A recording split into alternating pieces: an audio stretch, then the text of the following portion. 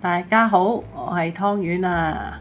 咁咧，今次想同大家分享下咧，上一次我去咗伊昂附近有一間咧名廚泰國料理咧，咁啊試咗佢個泰國菜。咁佢喺永旺嗰度附近，即係敏捷城嗰度。如果下次大家咧經過嗰度咧，可以去呢間試下啦。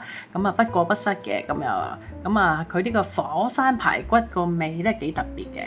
咁啊豬頸肉啦，咁啊呢個特色三味醬炸魚啦，菠蘿炒飯啦，跟住呢個咖喱牛啦，跟住一啲沙爹串燒啦，同埋呢個泰式配炸茄子嚟嘅泰汁啊，同埋一啲炒牛肉啊，最正係呢個甜品啊，椰香記添不得了啊，大家一定要試啊！魔過糯米飯啊咁樣。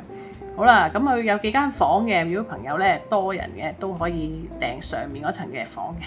好多謝啲朋友仔啊，肯陪我一齊試店，我都係第一次嚟試呢間鋪頭。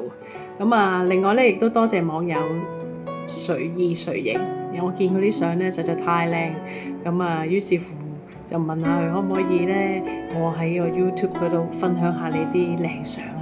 多謝佢答應我啦，咁亦希望呢度大家睇下咧，朝陽里嘅靚景。好，今次分享咁多啦，請大家慢慢欣賞。